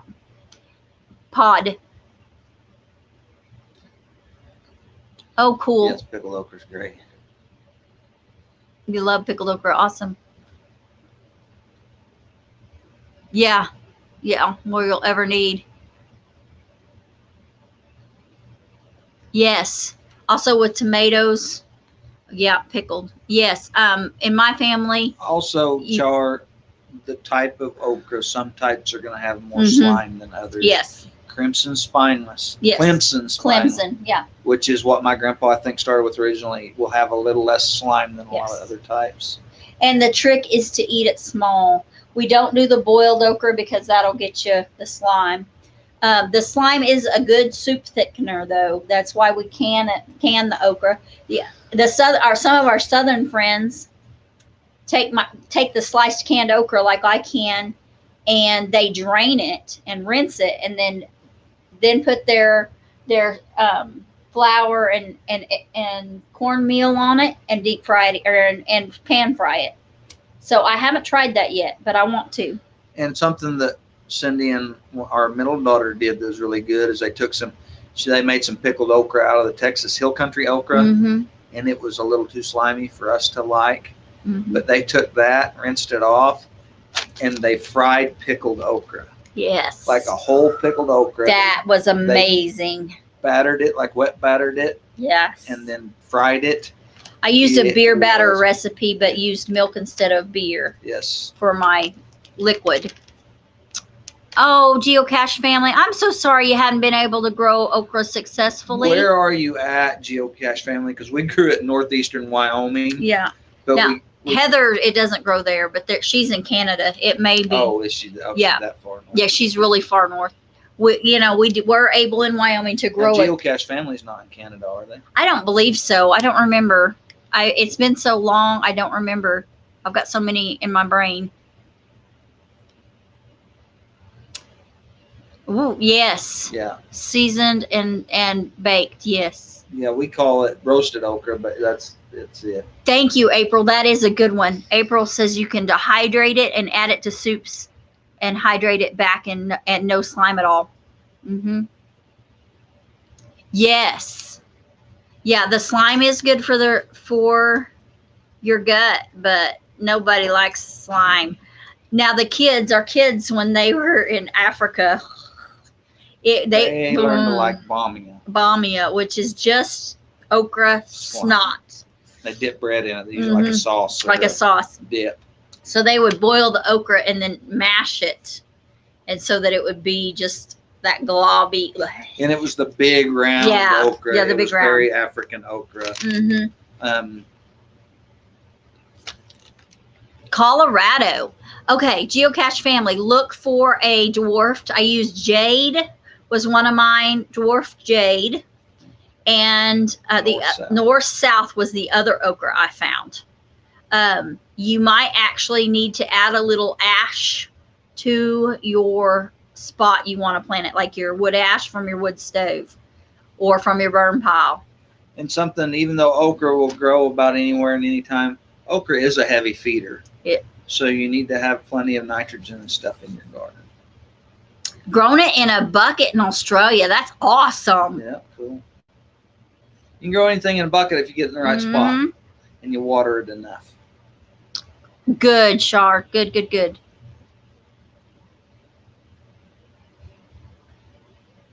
Don't have long enough to grow with hot enough weather. Yeah, totally get you. Get you. In northeastern Wyoming, we had a 90-day growing season. That's frost to frost, 90 days. And that north-south okra, we were able to get a harvest of okra. It started blooming at 6 to 8 inches tall. It just pop up. Yep. And it'd be plant that tall and have an okra that long on it. It was just the craziest thing. Looked like a green bean plant with the okra hanging off the top of it.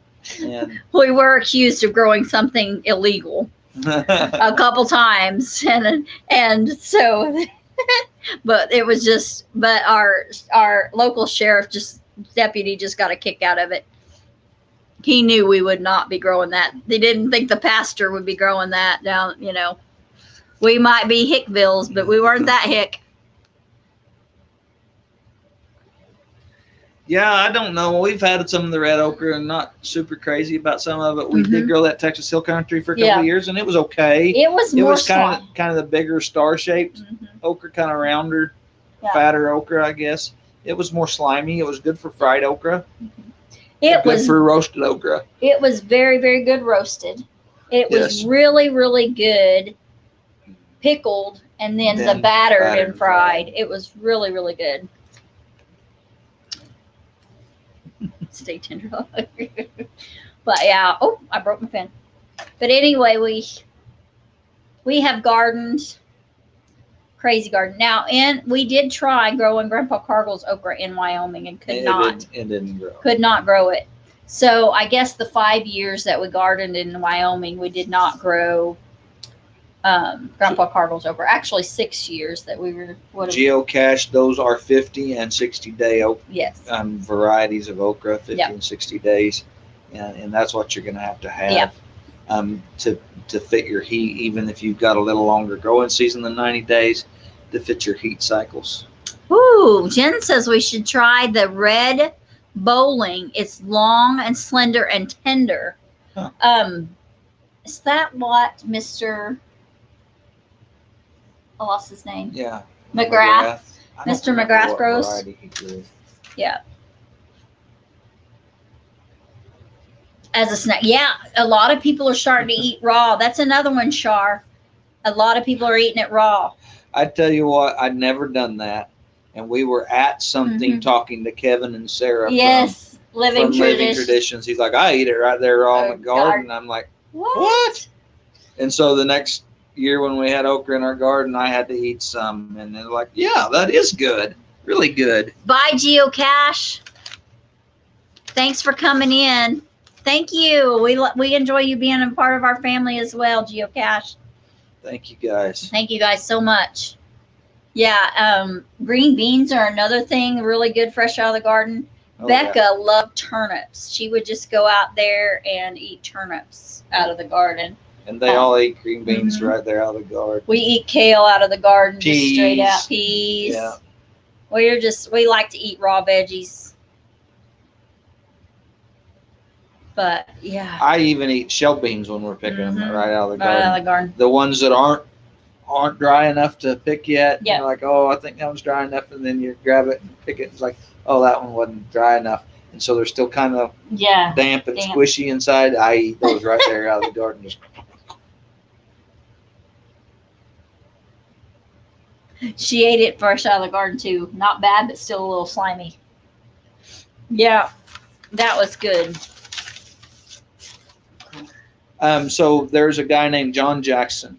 Yeah. Has Comfort Farms in Georgia, which is a 501(c) nonprofit farm for veterans. His mother is from Libya. Mm-hmm.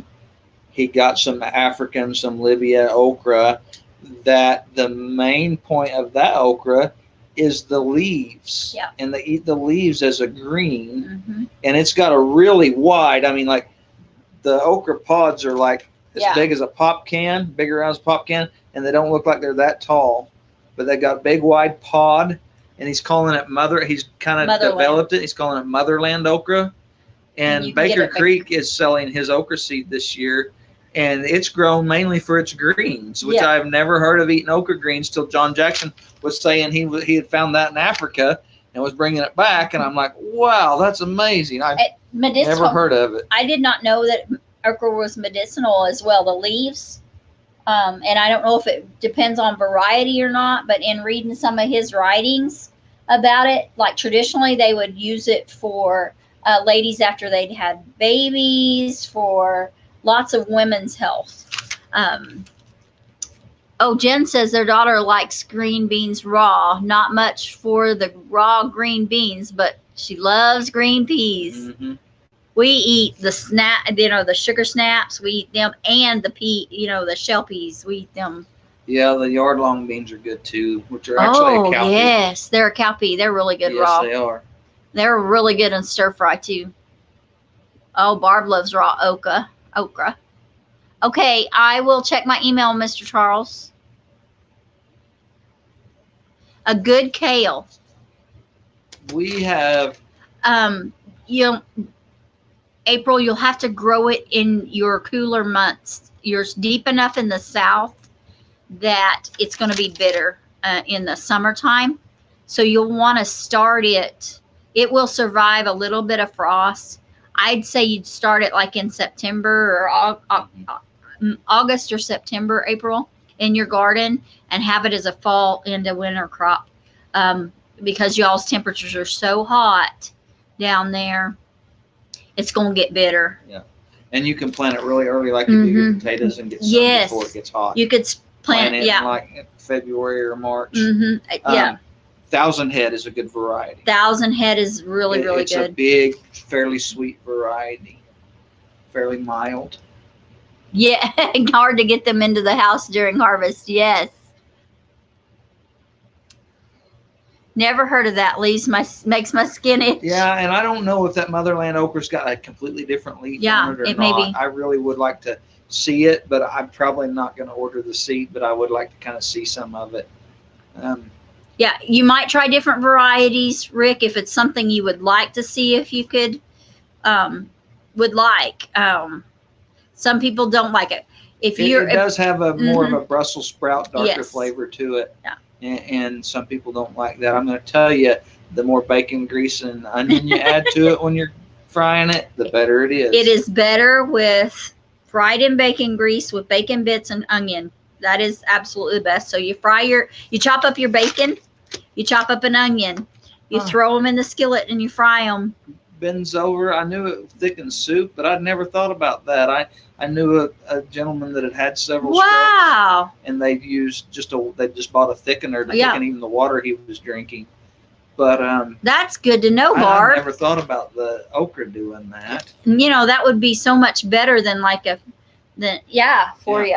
Yeah. And good for their stomach and gut health too. Absolutely.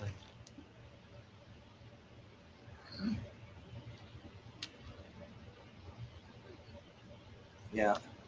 Oh, in good in smoothies, even if it's gone bitter. Cooking kale to me makes it a little better. When it's cold outside, when it's early and we're getting lots of water, I love raw kale out of the garden. Yeah. When it starts getting hot and we're not getting enough water, it's got to be cooked or I'm not going to eat it. Yeah. And you're right, Jen. It is much better after a light frost. It is. Bacon makes everything Yes, bacon makes everything better. So chop you up 3 or 4 pieces of bacon, get them cooking in your cast iron skillet. Throw in that onion. Chop up an onion, get it in there, get it wilting. And when you get that onion almost clear and your bacon's pretty well cooked, throw all your kale in. Just kind of chop your kale loosely, throw it in there, stir it around till it's wilted good, and it's good. So good. So good. If it involves bacon, Maurice, he's going with collards. You know, I agree. Collards. Like I like cabbage. I am a fried cabbage nut. Yeah. Oh, Barb, you use it for your hubby. Okay. That's a good idea. That is a good idea. You know, that'd be good. You know, I don't know if everybody caught that, but using the thickening part of okra to thicken things for people with the slime. Yeah, using the slime to thicken things for people with stroke. That would be awesome. That is a very good idea. So canning okra you could can it really easy, Barb. Do you can okra? Does can, yes. Because it cans super, super easy. And it brings out the slime when you can it. I slice it and can it, and it's It's a gelatinous mass. It's gelatinous mass. Yeah. Cool.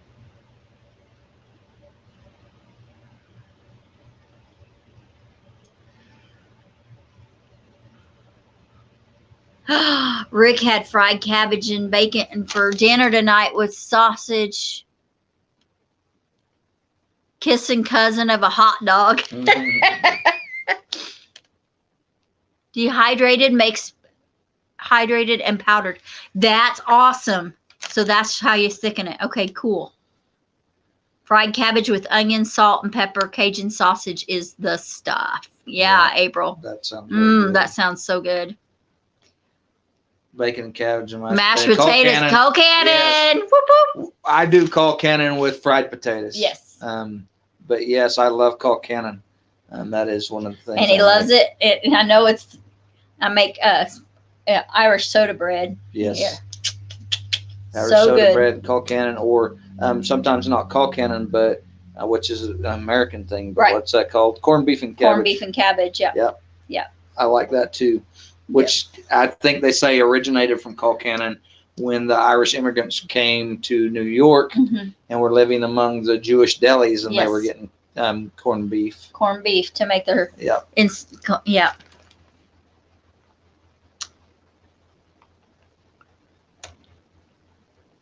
Awesome. Had 18 quarts of okra from his garden.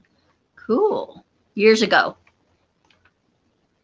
So it's fried cabbage and potatoes. Yeah, Colcannon. So yeah, Colcannon. Yeah, and you're just basically frying cabbage and potatoes. Sometimes some of the ways I've seen it made, it's not really fried, but it's wilted or whatever, and then steamed and then served on potatoes. Yep. Yeah, you'd love it, Rick.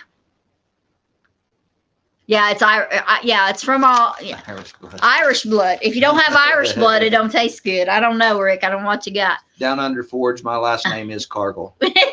Scottish. Scottish, yes.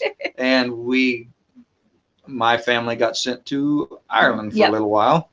Just long enough to get loaded up and go to the colonies. Yeah, then they were shipped out in the prison ships to go to the colonies because they were such troublemakers, reforming. We believe the Bible. Oh no. Yeah, they got kicked out they got arrested in Scotland, sent them to Ireland, and Irish couldn't stand them, so they were converting too many Irish folks, and so they sent them to the colonies on prison ships. Yes. Yeah. And that's how my branch of the Cargills ended up in the state. The worldwide Cargill foods and was all more that. The Irish potato famine. They had been they've sent been to Ireland and then went from Ireland. And they were in the potato famine era. little over 100 years later. Mhm. Early 1700s for Gary's family, or late 1600s, and the other Cargill, that's the huge conglomerate, they came in the 1850s. So sure, they're from the same area of the Drummond clan in Scotland. Cargill County, I'm sure. Yeah, but yeah. So yeah. Yes, we love Irish food. We like any kind of Yes. different foods. We We've love food. learned about different things, and when our kids were little, that was one of the ways we kind of try to teach some geography and some history, is the finding different things to cook and eat. You know, we just love that. Asked to move to Australia At His Majesty's pleasure. Yes, that's His Majesty. That's a good way of wording that. His Majesty got us to the States, or at least his. And my family I am a mutt, is what I am. My lineage is good vast. to see you, Britton Farm. I'm glad you Vast. came in here today. Have a good evening, Miss April. Yeah, so someone in my family was extremely dark complected. And my dad's great grandma, and the family story is that she was Blackfoot Indian. Yeah, but we're no cards, no proof, no proof of that, because the Blackfeet did not treaty with the United States. His family was from Russian descent. Well, I say Russian descent. They were from around the Black Sea. And they sent them, they had traveled quite a bit, and when they came, there was some French mixed in there by the time they got to the States. And then there's just my biggest heritage that I know for sure I have is German. My granny was full-blood German. Her parents were German immigrants. But my kids, when they fill out for the getting their college, I forgot what that's called. Anyway, when they fill out for college and stuff, and they ask them their ethnicity, I just tell them to mark other and write in there, you name it, I claim it. So thanks, Prep for Eternity. Yep. I was glad to see you guys. Yeah, it's good to have y'all in here. Have a blessed week. But yeah, so our heritage is very vast. We are Okies, that Okie Depression era culture is huge. That's what's influenced our culture the most, for sure. Yeah. For sure. Yeah. The Depression and the Dust Bowl. Dust Bowl, yeah. And so,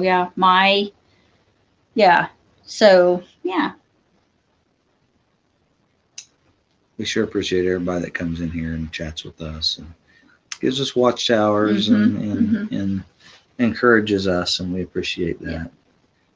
Yeah. We don't stick to a scheduled plan very good in these lives of talk, so we're glad you guys are talking in here. It gives us something to talk about and chat with you guys. I hope you guys are having a good year already. And we're kind of behind on some things and ahead on some things, and so far behind that we think we're ahead on some things. We're so far behind some things that we should have started last year. It's time to start them this year. So are we really about? It lapped us. But we are tickled to death to be homesteaders, and we're enjoying our milk cow. Doing some editing now, working from home during the week and weekend, so it is easier to catch lives. Awesome, Rick. That's cool. Awesome, Rick. Yeah. So, we've just been. So I got a question. If we're gonna keep talking. Yeah, you can. Guys, tell me what magazines you guys are reading. Am I the only dork in here that still likes paper magazines? I am a magazine reader. I've got to renew our subscription to Mother Earth News. Mother Earth News is a magazine we read. Yeah. We enjoy that. We read a magazine called Backwoodsman. We enjoy that. We occasionally get a copy of Backwoods Home. Yeah. Which is kind of like the blood and guts version of Mother Earth News. It's the more down and dirty version of Mother Earth News. Oh, Darren's working too. Yeah. And so, and we get those, and I get fur fishing game I have for a long time. I guess those are the only three only ones we really get right now. 3 and occasionally another one. But kind of like to know what magazines you guys read. We get a lot of, I get a lot of information that way. I like to take information in that form. Little Women Preppers. Seed magazines. Baker Creek is the Yes, great. we got our Baker Creek the other day. We didn't get the whole seed, but we got the one they just mail out, the free one. Yeah, we just got the free seed. And I haven't got my gurneys or anything like Johnny's or anything like that. I usually get a gurneys. What's the one that has all the neat pictures on all the drawings on the front? Ira's Southern Exposure Seed Exchange or something like that. Yeah. Yes. Yeah, so they are so beautiful. Artwork on them is gorgeous. We love looking at those. I tell you, I really like in Baker Creek. I like all the quotes. Yeah. I like the quotes. I noticed this year I read several of them. Quoted Mr. Rogers. Quoted Jesus, of course, always. Always. But I didn't see any quotes from Simmons. No. Rick's favorite is Popular Mechanics. Wood Magazine, Mother Earth, and Grit. Yes. So gave your free one to your neighbor. Awesome. Cool. We have got the chance to meet this year and go visit the farm of Hank and Joanna Will. And Hank Will edited Grit for years and years. And then he was the editor of Mother Earth News till recently. Rifleman. Yeah, rifleman. Woo. Smithing, farming, cooking, preserving, knife making, etc. Cool. Okay, those are cool books. Yeah, to read on those subjects. Darren, very cool, Darren. Absolutely. Very good. I read slow, so magazine type size articles are better bites for me. And that's part of why, and I like the pictures. Backwoods Home. It's good for homeschooling, yeah. Yes. And hatchery mags. Cool. Seed catalogs and hatchery mags. Yeah. Yeah, we did not quite homeschool our kids.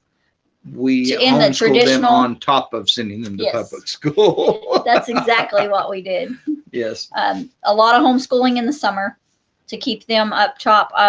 We all have learning challenges. We're squares, and we don't fit in the round hole of traditional school public education. Some of us are square, some of them just got a bunch of squiggly lines everywhere. Some of us might be pretty, anyway, are more diamond shape, and some of us are sparklier. So we don't quite fit that mold. And so and Gary and I both love to learn and love education and are very good at self-learning, had to self-teach ourselves growing up that was our acclimating to public school. And so, so we tried to teach that to our kids to self-learn. So we like. Woo, Darren says he reads too quick. Books cost him a fortune. Normally reads magazines cover to cover in a couple of hours. Woo. It takes me almost the whole month. Of course, it's not like I get to sit down and read the whole month, but in the times I get to read, a couple of magazines will last me till the next one come out. I have my oldest sister. I was so envious of her growing up. Reading was so easy for her, and she almost has a photographic memory. Almost, not quite. And so she could if she scanned something, it was in her brain. She'd scan read. She didn't quite speed read. It was she would just pick it up and just look down it. And she'd kind of scan it with her little brain and could recall a lot of things. It was just sickening. And my dad is quite that way as well. But we like history and self-educating enough that at 18 and 19 years old on our honeymoon, we went to a museum.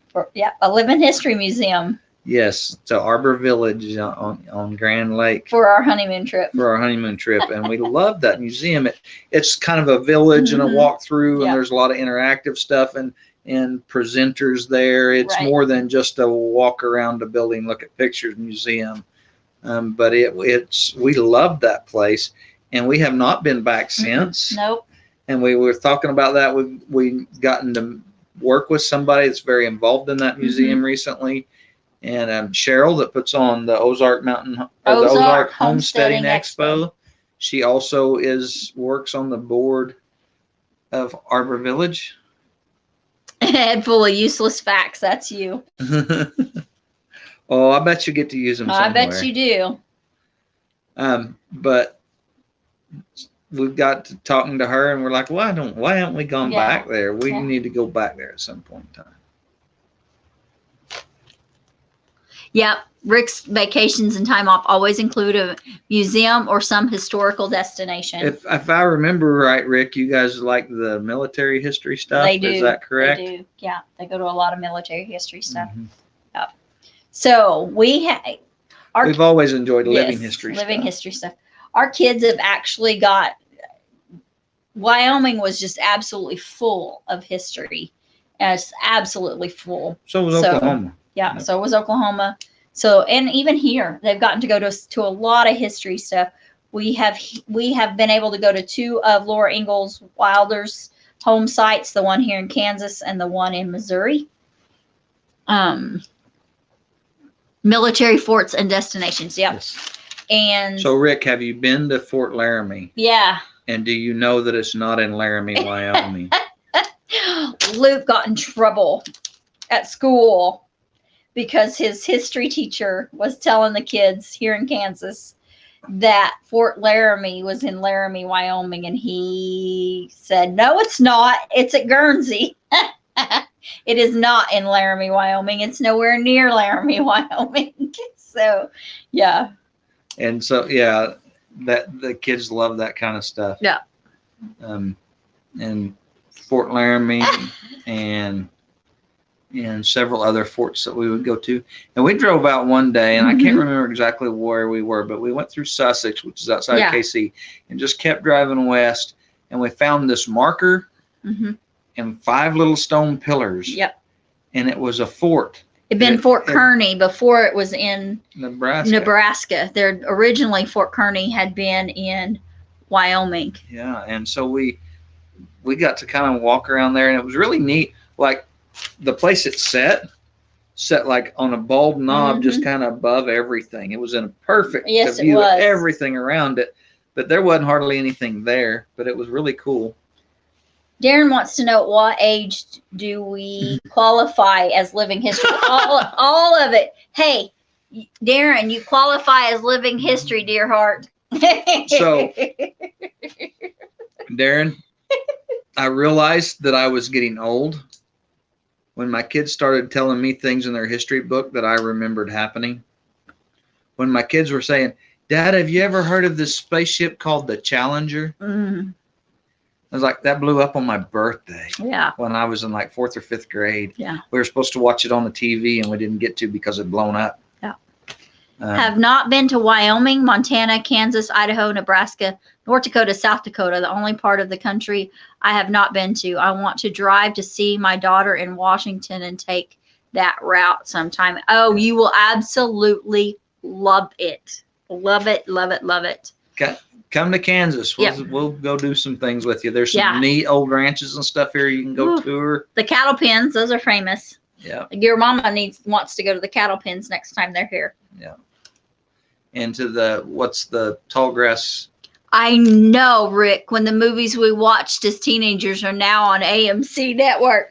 I tell you what, I've worked with guys that listen to classic country, and they'll say, here's another classic country or country gold or something like that. And I can remember those exact songs, and they'd say, here's today's hot new country. Oh. According to my kids, I rode dinosaurs to school. You know what happened to the dinosaurs? It was Gary's turn to feed them, and he forgot. And they all died. They all died. Yep.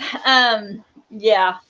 Our kids, Hannah absolutely loves 80s music.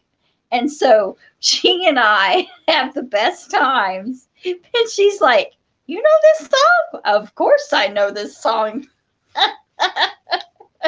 Yeah. That was back when we thought it was cool listening to the radio. Yeah.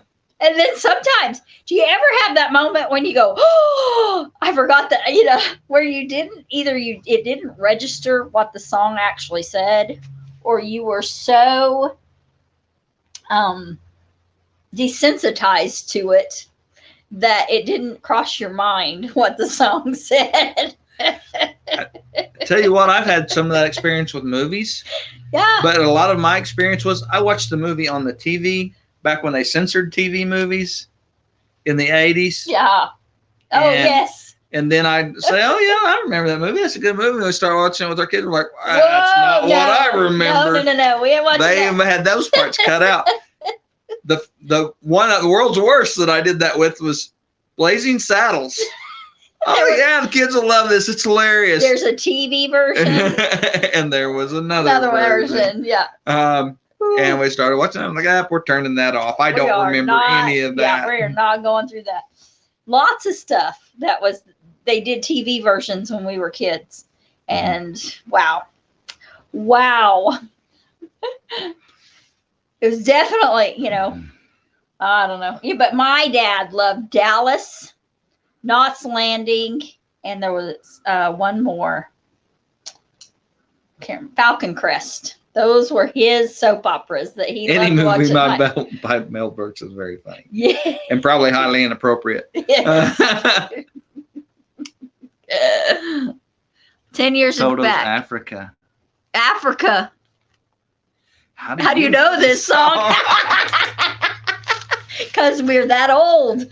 I love it. My kids will say, this is this new song out. And I'm like, this is not a new song, guys. Somebody's discovering it. What I also say is the kids will say, this is a new song out. And they'll say, this is not a new song. And then I get to listen and it's like, somebody's remade that old song. Yep.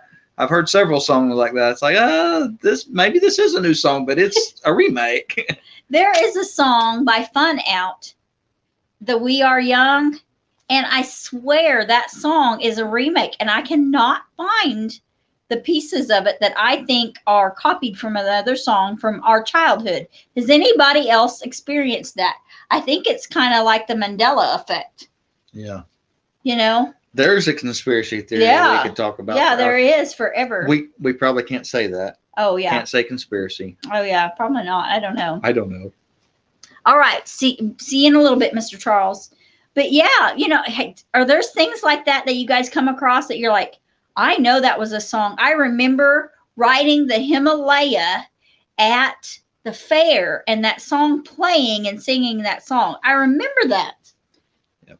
And then people be like, no, this is a new song. And like when you research it, you can't find anything on it or anything. And so it's like, something's not right. If you guys don't know what the Mandela Effect is, here's a pretty simple one. How many of you think the Monopoly guy had a monocle? He had a monocle, didn't he? No. He doesn't have a monocle. Doesn't have a monocle. Go look that up. That's crazy. Yep.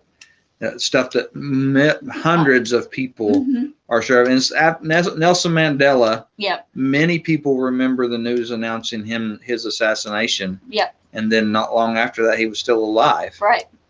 And so they call it the Mandela Effect. There's no record of them announcing that, but a lot of people remember it. Mm-hmm. And so how did that happen? Yeah. I've got a conspiracy theory for that too. But anyhow. I think it was announced and it really didn't happen. That's my opinion. I don't know.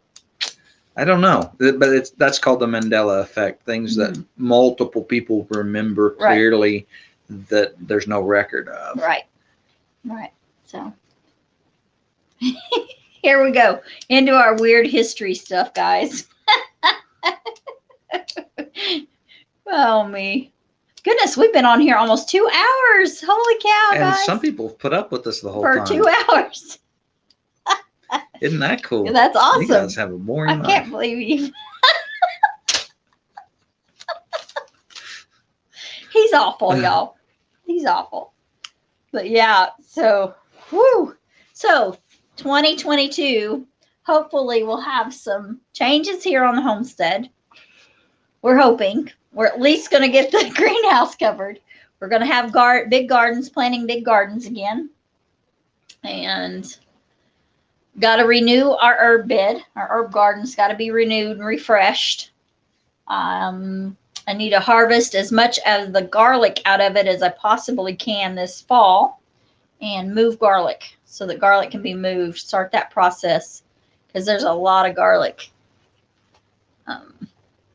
We're great. Brian says we're great. Oh my goodness. Thanks. Oh, you're back, Mr. Charles. Awesome. Thanks for warning us. But yeah, we just have fun. We enjoy life. Life is fun. And I mean, it's not always fun. There are some things that are definitely not fun, but we try to enjoy life as best we can. We feel we're very, very blessed, and God is good, y'all. God is so good. Wow. What else? Got some videos coming out this week. I'm trying to remember what videos I have coming out this week. I think I have a chore video I'm editing. I'll have a video with. I should have video making the chicken noodles. I know it, making chicken noodles. We made homemade chicken and noodles. And chocolate cake. And chocolate cake. I think I just heard it whisper my name. Yeah. That was dangerous for me to make a chocolate cake. I think I started again. And it was from scratch. I think I scratched myself on the box when I opened it. And even the icing was out of a can. I really was cheating. And yeah, but we did make homemade noodles. The chicken was grown right here. Never left. I mean, it was hatched somewhere else, but once it got here, it's never left the farm. Words we are young. Pat Benatar's. Yeah. Love is a battlefield. Love is a battlefield. Yep. Huh. Well, it's the whole we are young. Let's set the world on fire.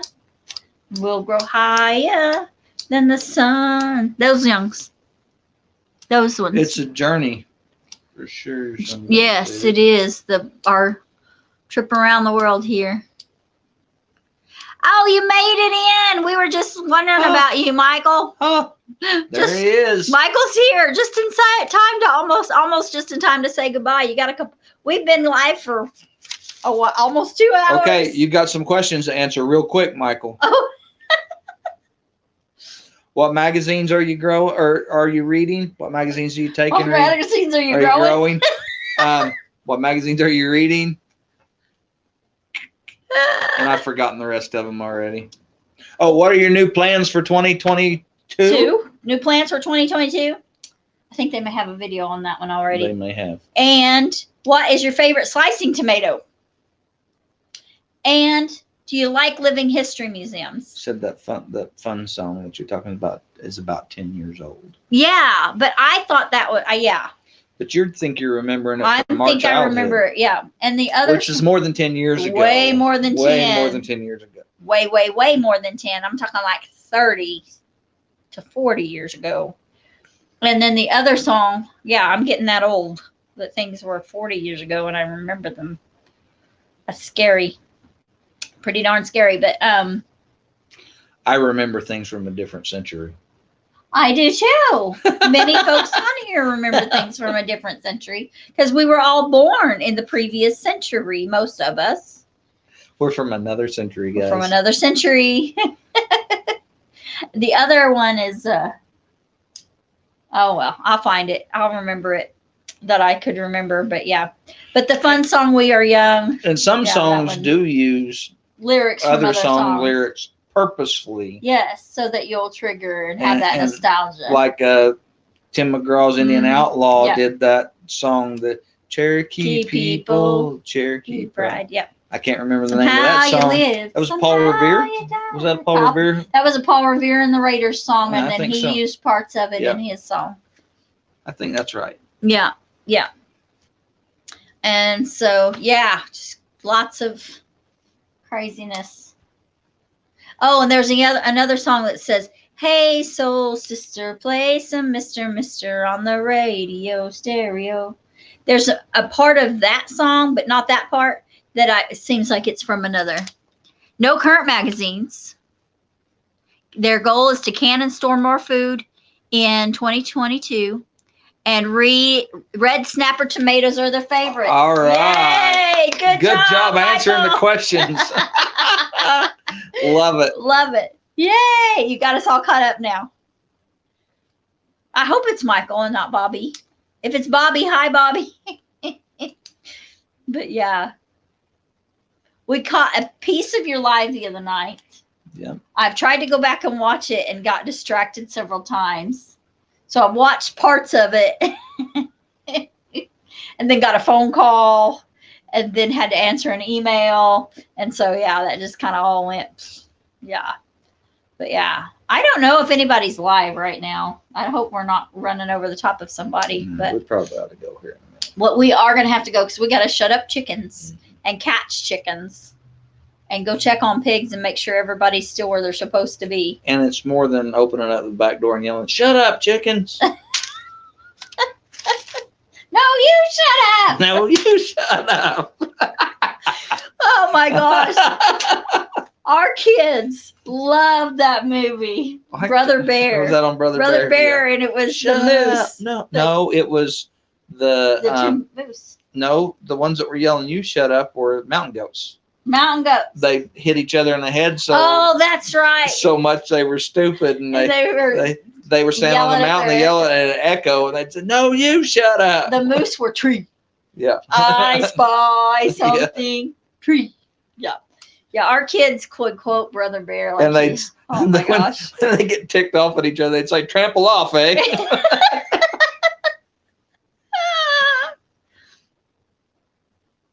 Thanks for coming in, Rick. Yeah. Yeah, thanks for coming in. We're going to have to get going, guys. Yeah. Thank you all so much.